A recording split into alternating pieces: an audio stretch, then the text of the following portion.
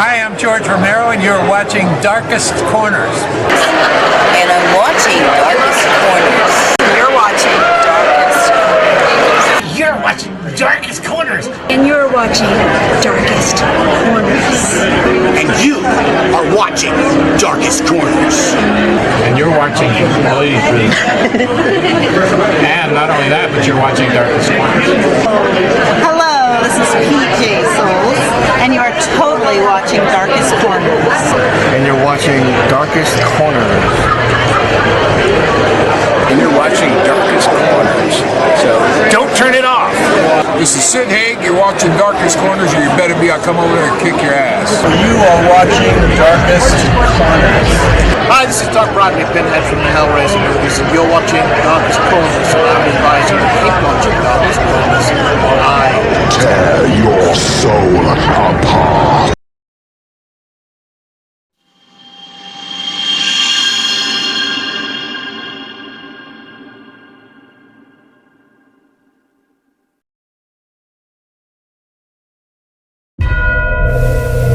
It was a hot, balmy summer evening.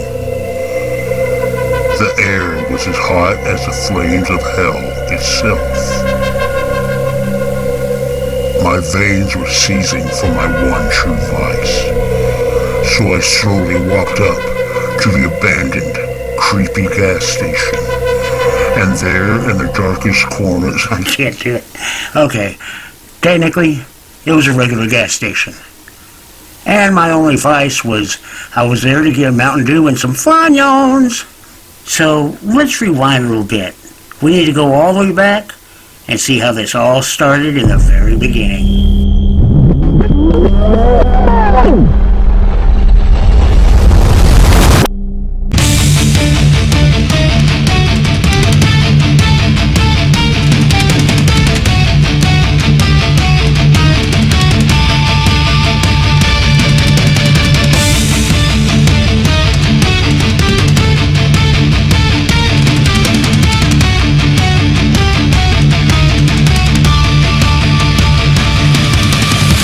Inside, walk on in, ready for the show to begin.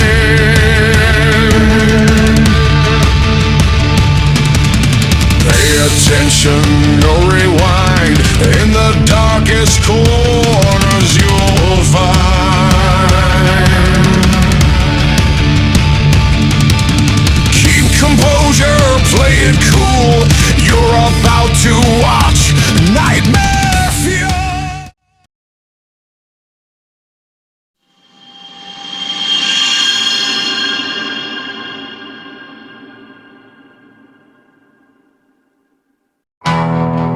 On a cold December, I was born at Carswell Air Force Base. I was born with a kidney disease, same kind the actor Gary Coleman had. So if I was lucky enough to make it to age 12, I wouldn't be over 4 feet tall. At age 7, I got high blood pressure. Starting to see a pattern here? Long story short, by the time I was a senior, I was 6'2" and living. But unable to play sports due to my health, I did drama instead. After school, I was then told to prepare to go before I was 25. At age 21, I ended up on dialysis, and then told I had 5 to 10 years on there. And then that would be all. That was 30 years ago. I knew if I was going to live any dream I wanted, the time was now. So, this is where we came in. Back to the Chevron gas station in 2007.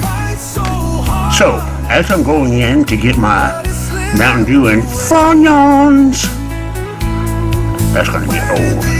Anyway, as I was going in to get my Funyuns, I got them and I was going to the checkout, and over there, in the darkest corners of that gas station, there was one of those little spindy, circular little DVD racks that you can spin, and on that were the worst of the worst. There was bum fights, there was executions, Traces of Death type films, you know, the cheapo, homemade kind of DVD underground stuff. And that got me thinking. The history of horror. Yeah, I was going to finally do it.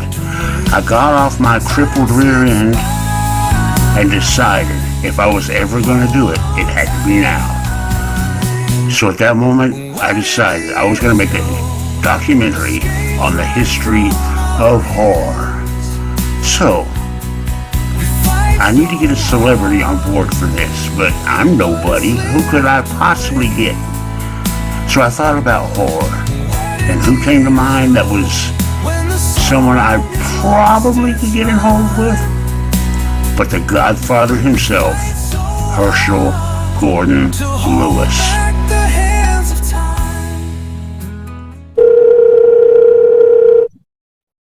Hello? Hi, is Herschel there? Who is this? Jason? Why? He told me to call him. Hang on! Hey, Jay, I think I'm in trouble. I'll call you back tomorrow. All right, brother. Talk to you tomorrow. Well, he did call back and gave me the first interview that would eventually lead me on my way to what would be my life. Years later, I wrote him to thank him for all he had done. He was so gracious. He said he was working on a project, and when he got back, would I be interested in a collaboration with him? Just wow. My hero wants to work with me. The project he was working on was Blood Mania. That would be the last thing he would ever make. Herschel passed away on September 26, 2016. Goodbye, Herschel. No one lives forever. A time we all must go. The curtain will close, and that's the end of the show. You can't escape the reaper. We all will get our turn. Whether put deep into the earth or forever in an urn, each of us at a time will eventually hear the call. There's no escaping the cold hard fact. Death comes to us one and all.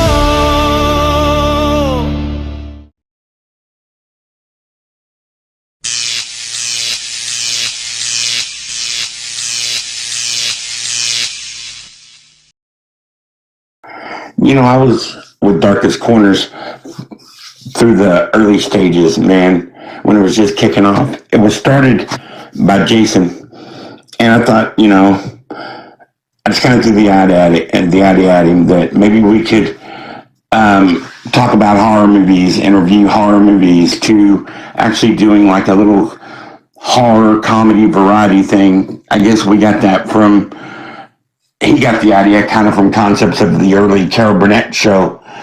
And once we started filming this, it was just me and him. We knew that we needed an editor to edit the film. So the only one person I knew that knew anything about computers was our third member of the group.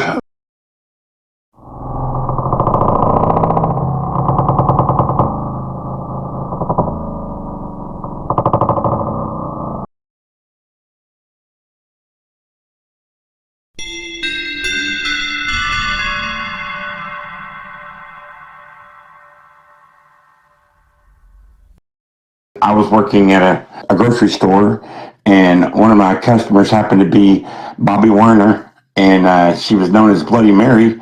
She was a horror film makeup artist, and it was just kind of luck, or maybe it was just the luck of the Darkest Corners crew. I asked her if we could do an interview with her. I went back and told the guys, and they were excited about it, so we went out to her studio in Fort Worth. It was our first time really to actually be around anybody in the horror industry. I know there was Texas Frightmare weekends, but this was our own little slice of like somebody. I mean, she did work on the Titanic.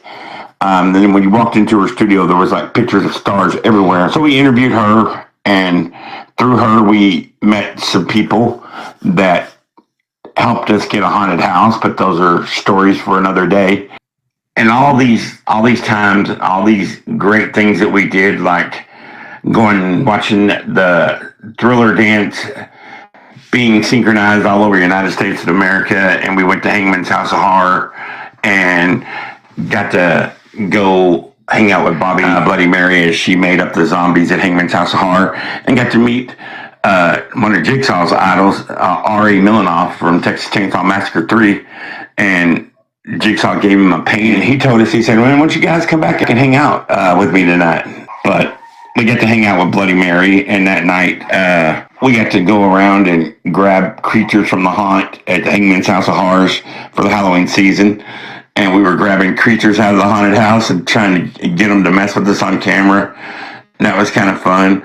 I'd go and try to get a few of them, and then freaking Jigsaw went and got a few of them. I think Igor got a few of them. So I mean, it was kind of fun. And, you know, and if there was one word that I could sum up Darkest Corners, I can sum up everything Darkest Corners in a lifetime, is it's been fun.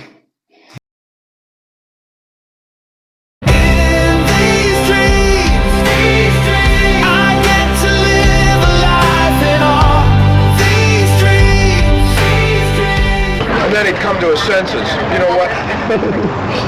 I'm tired of talking about myself. Let's change the subject and have you talk about me.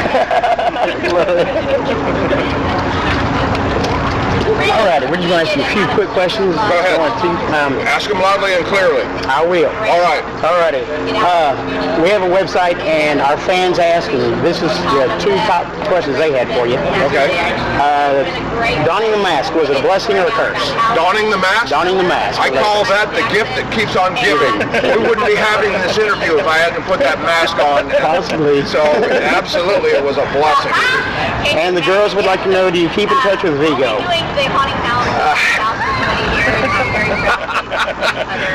The short answer is no. Yeah. Do you prefer the big budgets or smaller budgets? Do you have more freedom on a smaller budget? Or? The unvarnished truth is a bigger budget, bigger payday. So, you know, if you're looking at it as an economic choice, then bigger budget, of course. But hey, work is work.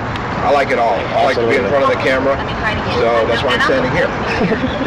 Is it true you had a cameo role on Full House? That is absolutely correct. I used to ride motorcycles with John Stamos a little bit, so they had a little part where he brought in some of his biker buddies. Duh. There you go. So, yes, I had a little part on that. Well, this goes back to what you were saying a while ago. You want to be in more films, or as long as you're working, you're happy? Well, I want to be in many more films, and I want to broaden my footprint. I want to be a producer so that I can, you know, have a little bit more control of my career. My problem is I'm not a businessman, and you know, I'm an artiste. Yes. You know, so the business, you know, they call it show business. I got the show down, but I'm a washout with the business. What's your favorite movie out of anything? Well, my knee-jerk reaction would have to be Leatherface, Texas Chainsaw Massacre 3, of course. Absolutely. Oh, wow, man. I think that's almost an impossible question to answer, because if it's on celluloid, it's very hard for me to be disappointed. I can tell you a couple of them I absolutely hated. Chopper Chicks from Zombie Town. I hated that. I got a copy of that movie for free. I watched it. I hated it so much. It was still when it was VHS. I pulled the VHS tape out, threw it on my floor, and stomped it. There you go. Can you give us any insight to Horrorween? Anything you could say? I wish I could. It's been listed on IMDb. It's kind of like a who's who of you know, people that are in the horror business. But I haven't got a start date on it yet. So, you know, until I'm walking on a set, or until I've Till I've signed the deal memo, it doesn't, it's just all speculation. Right. You know? Okay, and the Darkest Corners question, we ask this to everybody. If you could have anything written on your epitaph, what would that be? Not enough time. Not enough time. Wow. Excellent. I like that one. Thank you very much.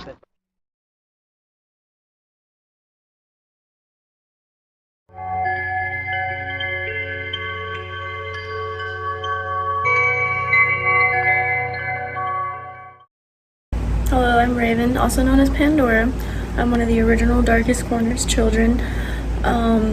Growing up in DC, it was probably one of the coolest experiences of my life that I still brag about, and I always bragged about. Always was a weird kid growing up, but I was proud of it. I'm still very, very, very proud of it.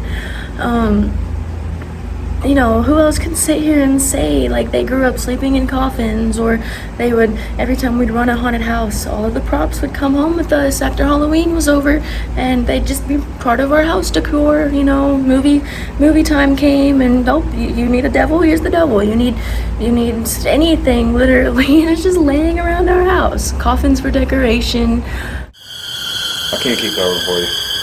You gotta stop killing folks. I don't like it when I have to come behind you and clean up the mess that people find. Sorry, Baba. I've had the privilege to meet all these really cool people. I've had the privilege to sit here and call all these people my family. Like, I mean, I grew up talking about my Uncle Jigsaw, my dad was Igor, we got Uncle Freak, like, so many awesome nicknames for everybody that no kid, like, you know, normal kids have like Opie or Papa or, you know, Uncle Dude. Okay, we had Uncle Dude, but anyways, but that's the normal side that of us, not our creepy side of the family. You know, it's still pretty awesome, and it's really awesome seeing this stuff still happening.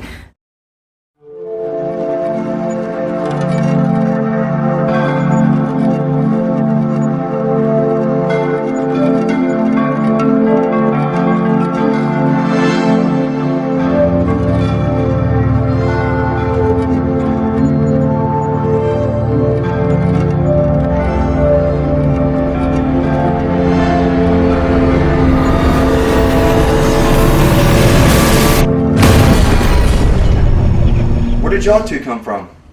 You ain't gonna hurt us, are you, mister? I'm not gonna hurt you. You just gave me a fright, that's all. What's your name?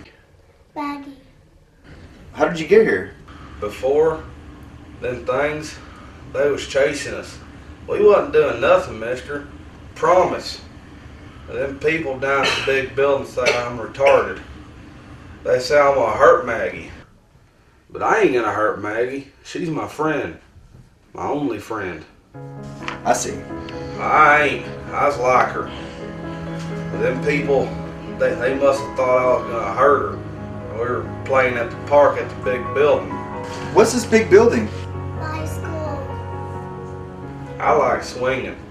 But them guys put on them scary masks, and so we ran in here to hide and seek. We're not gonna get in trouble, are we, mister?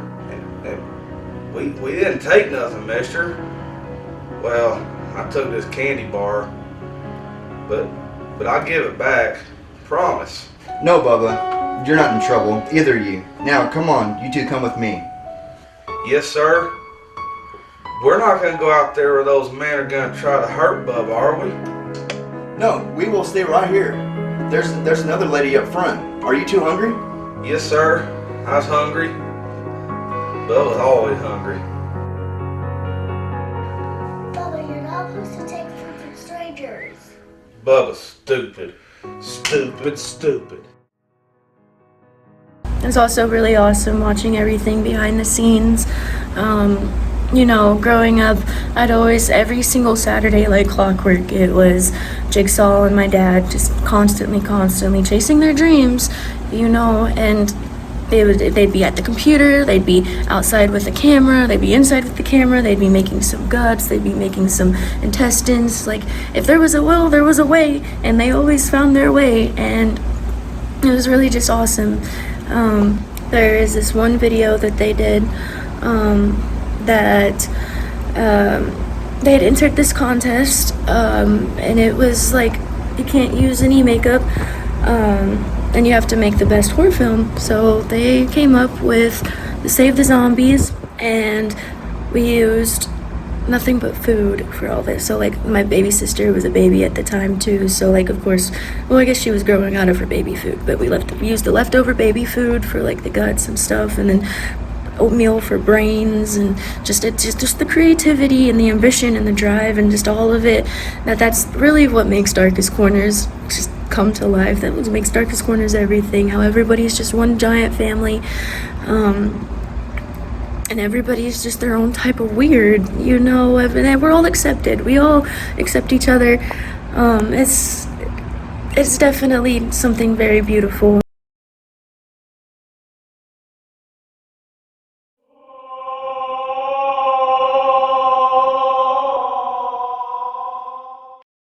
Our haunt years were bittersweet. It was fun at the time, but the owner was questionable at best, and that's getting $5 a head. Well, that was a bitter pill to take at the time. But we made enough to buy better equipment and pay James and me back for the thousands of dollars we put into it. See, it was run by someone who left it, and left it a shell. And there was only 3 months to get it up and running. So again, we were against the impossible, but we looked forward and got it done. Somehow we pulled through, just like we always did. We also got in with Patrick Matthews, who went on to be on many of our radio shows, and his eclectic personality somehow fit in with us. The best thing that came from the haunt was that we now had many sets to shoot in. Creepy living room, kitchen, church, even a cave if we wanted. And that brought forth the modeling of GOG and the Girls of Darkest Corners.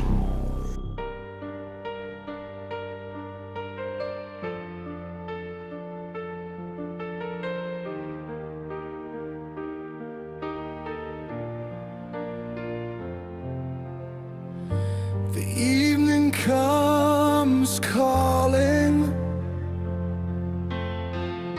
the sun fades away. She came in walking, touched me looking that way. Her eyes were the color of heaven, lips like cherry red. Her smile filled up my soul, and I swear my heart said I must have died, because I think I see an angel without wings. Can it be true? I'd rather die than live without this angel, 'cause you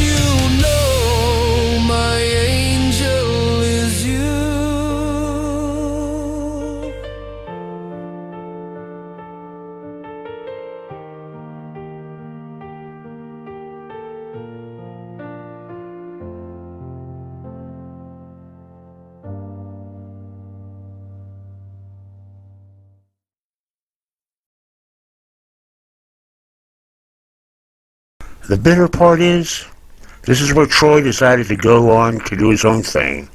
And that's fair. I know as well as anybody, when your dream is knocking, you gotta answer then, because it may not come back around.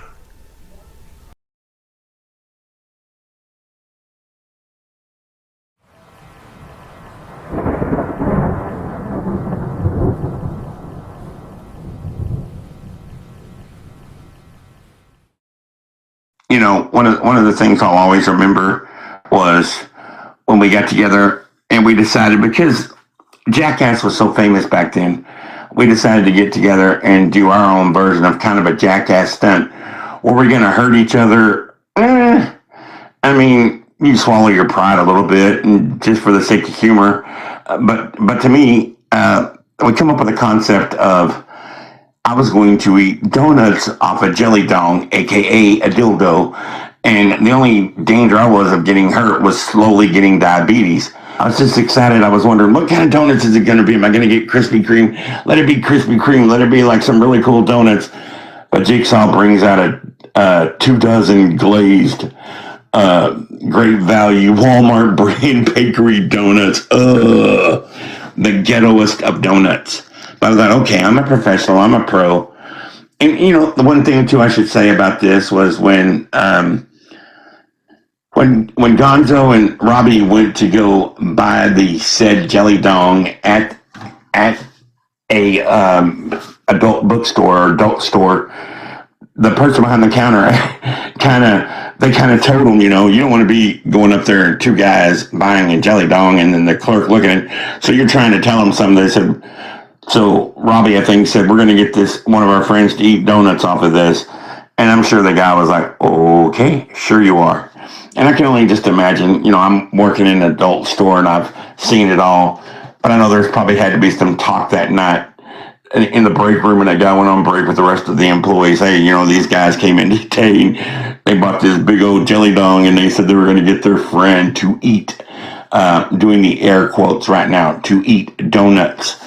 And I'm sure they were probably going, oh, yeah, sure. Now, I had the greatest trainer in my corner. Jigsaw was the greatest trainer. He was my cut man. He was my trainer. He was going to throw in the towel if the cock ring was just too much for me. He was going to throw in the towel. He'd already let me know. He was my Mickey to my Rocky. And he was already letting me know, you know, Rock, you're not going to get out there and get in too much trouble. I got you. And, you know, what better? And then he was great with the pep talks in between rounds, because we did 2 rounds. And he was my prep guy, my pep up guy, man, telling me, you know, just hang in there. He's giving me water, massaging my shoulders, and just kind of just being the manager. And, man, and just the things that, you know, I think I ate like 17 donuts, all to the wonderful soundtrack of Mortal Kombat Fight, and just that music going dun dun dun dun dun dun dun dun dun, Mortal Kombat, and it's just hilarious. And these are the things that we think of. And this was the kind of comedy that we did, and the horror comedy that we did. If you didn't get it, that's okay. Then it wasn't for you. But if you got it and you understood it, then you were our family. You were our audience that we were making this for. And I mean, like I said, if you didn't get it, you didn't get it. But like I said before, the one thing that'll always describe Darkest Corners as being fun. I mean, we were totally off the hook, and you never knew what we were going to do.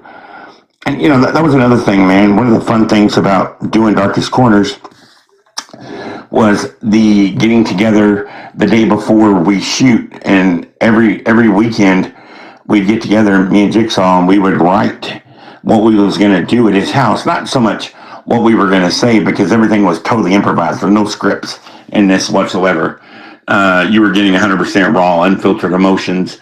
And that's what made it so great, man. It was a great time to be alive. Another story that I can think of that was really funny was when we were doing the River Legacy Park. We were going out looking at the haunted hangman's tree that was haunted there were ghosts that were out there. This is all dated back to the Civil War. I'm not sure the whole story about it. You'd have to maybe look it up in Texas Legacies. But I knew we were going to be out there for a good part of the day, so I had brought some snacks to snack on throughout the day. And so I had brought a can of Vienna sausages. Now, if you're not from the South, or you actually live in a trailer park, you know what these are. And, you know, up north and everything, I don't know if you guys are familiar with Vienna sausages, or if you are, what you think about them. But down here in the South, they're considered a delicacy. And I remember we were in between, we took a break for a few minutes. We were taking one of the mini smoke breaks, and I knew I had like about maybe 10 minutes to grab something to eat real quick and maybe drink soda, drink a little bit of water. And I freaking like got a little vigorous with the can of Vienna sausage when I pulled the tab to open them up. And I splashed all this sausage juice all over me. And I got freaking weenie juice in my eye. And I made that comment of weenie juice in my eye. And it was that one time that I said something that forever stayed with me. I was known as Tombstone the Weenie Juice guy now. When we started Darkest Corners, we didn't know how to make movies. We figured it out. We didn't hire editors. We figured it out. Same with photos and haunted houses. We kept it all in-house and learned to do it ourselves. But now we had films and needed a way to show them. So James did research and again figured out how to do it ourselves. We created Ultra Toxic TV and Static Wasteland.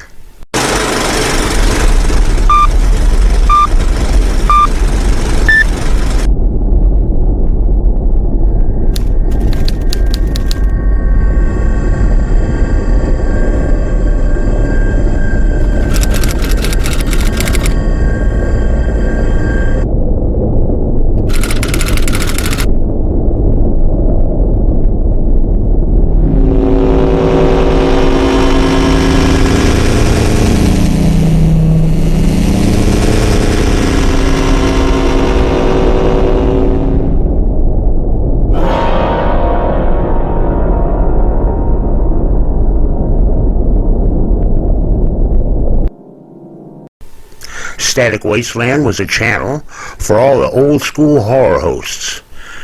We had about 20 playing their classic in their own ghoulish ways. UTTV, or Ultra Toxic Television, was all the great exploitation films from the 60s, 70s, and a few 80s. Even that weird, creepy, silent pig film.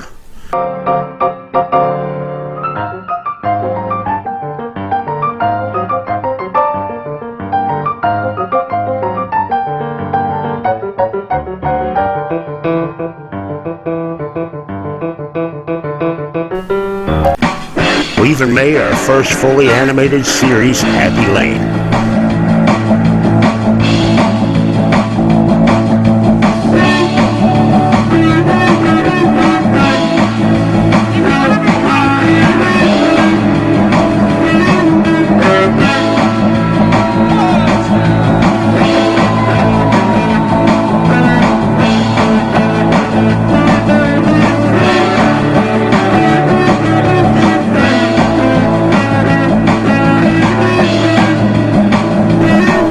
I always hear of an overnight success that took years. This was ours. Within a couple of months, we had over 1 million subscribers worldwide. And just like that, people knew us. And we were starting to get the recognition we worked so hard for. Companies were using us for their ads. Little no-name companies that went on to become fairly huge today. A water company that marketed on the darker side. And an online game that got pretty big. We were at the top of the world. But just like a rainy day, this too would pass. What I'd tell me, think nothing of the moments when they're here. In a way, I think we were innovative, we were bold, we were before our times, and we were raw and uncensored, and we were just something new. And People were liking us. It was some great times to be had. A lot of fun to do, that's for sure, man. It was just some fun times, man. It's things that I'll always cherish. I'm kind of glad just to be a part of this, man. I don't know if I'm back now or if they consider me back, but I am one of the charting members, one of the founding members. The Darkest Corners Trinity is Jigsaw, Igor, and Tombstone. And I love each of these guys like they were my brothers, man. And you know, sometimes like Peter Criss said, sometimes you have fights with your brothers, but you're still brothers just the same. It's not that we had fights. Every time I get together with Jigsaw and he's doing something for Darkest Corners, I'm honored if he asks me to be a part of it, just like I'm deeply honored now that he asked me to be a part of this, man. And I can't thank him enough for including me in his dreams. When they happen, we miss they are gifts from above. As a 20-something, we are running away so fast from something so sweet. Should have been a loving memory from our past. Those moments fade away without a word to say. Think nothing about them. Those times fly away then. As they say, all good things must come to an end. And that was true for us too. Due to unforeseen circumstances, a tragedy in James's life that affected his family, and to a lesser extent me, I ended up in a wheelchair. I had a 2-story house, so wheelchair and stairs don't work, so I also lost my home, and my wife and my dog, all within a month. But when I look back over my life, I smile. I've done things that only people could imagine, things that most people could never dream. And it wasn't the fame or the money or even the art of making films that was so special. When I look back and smile, it's the fans and the people, my friends, and friends that became family. Yeah, it's people that made it all so very special. Some people can have friends come over and help you repave the sidewalk or fix a car, but my friends came over and helped me build a dream. And no man could ask for anything more. I love you all.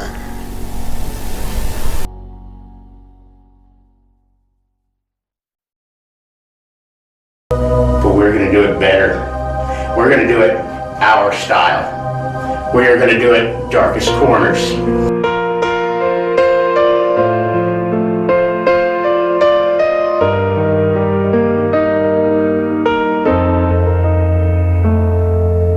Thank you for coming along for the ride. We couldn't have done it without you by our side. Thank you for supporting our dreams at play. It's been a fun journey.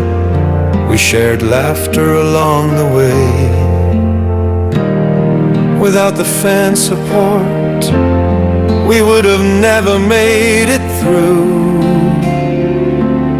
From all of us, we send a most sincere thank you.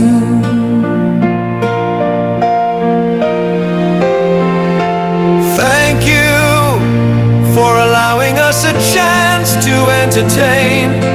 Keeping your attention was not easy to maintain. We like to say thank you for giving us your trust. Without your support, there most definitely would be no us.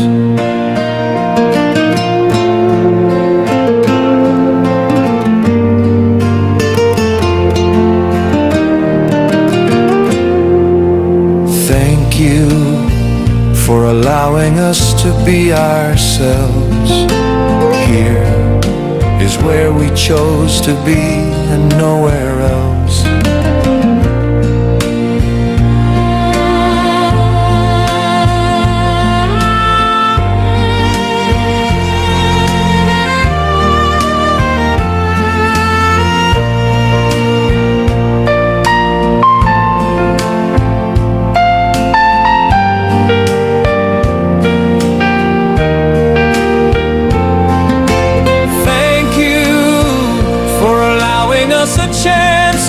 Entertain. Keeping your attention was not easy to maintain. We like to say thank you for giving us your trust. Without your support, there most definitely would be no us. We shared laughter and tears, memories we made some. But this journey's not over. There's still more to come once again. For all that we've done and will ever do, from the bottom of our hearts, we give the most sincere thank you.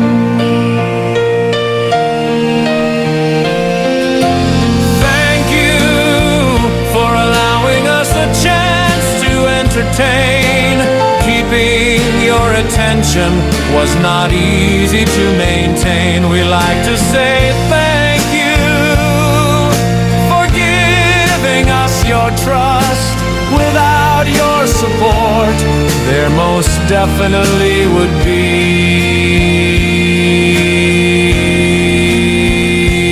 no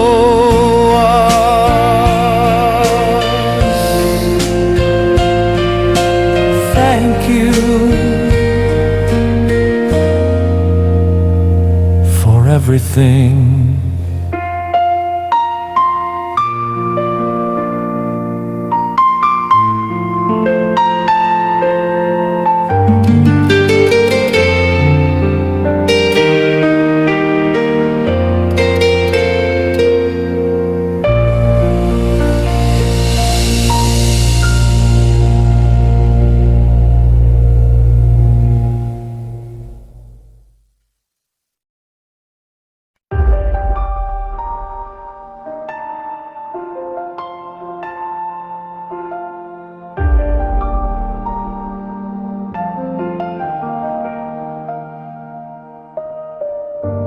We're all born with the hope and a dream, but always just out of reach, or else so it seems. When opportunity knocks upon your door, will you be there to answer? The future's all yours. Feel it coming.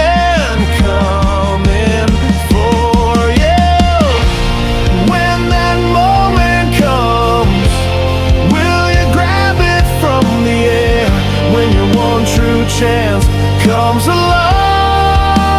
will you even care? You only get one shot for dreams to come true.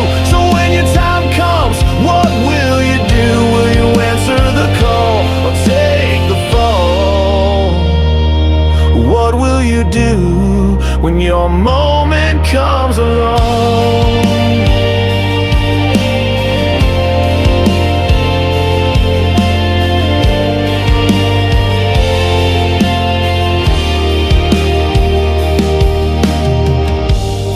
For what you want, but never give in. It's your moment to shine. Just allow it to begin. Don't look back and you'll find. Never let it fade. Make sure you're loud to shine. Feel it coming.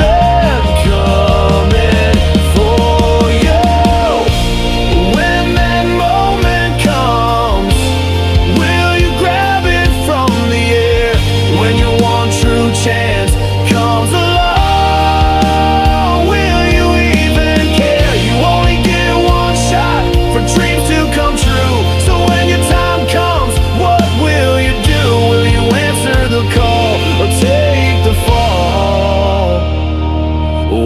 you do when your moment comes along?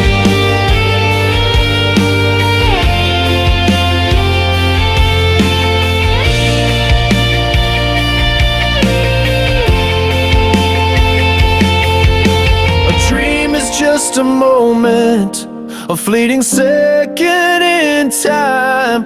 Grab the dream in my pocket and finally make them mine. When that moment comes, will you grab it from the air?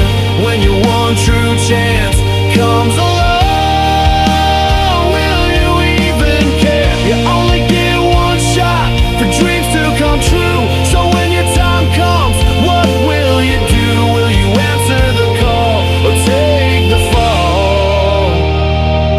What will you do when your moment comes along?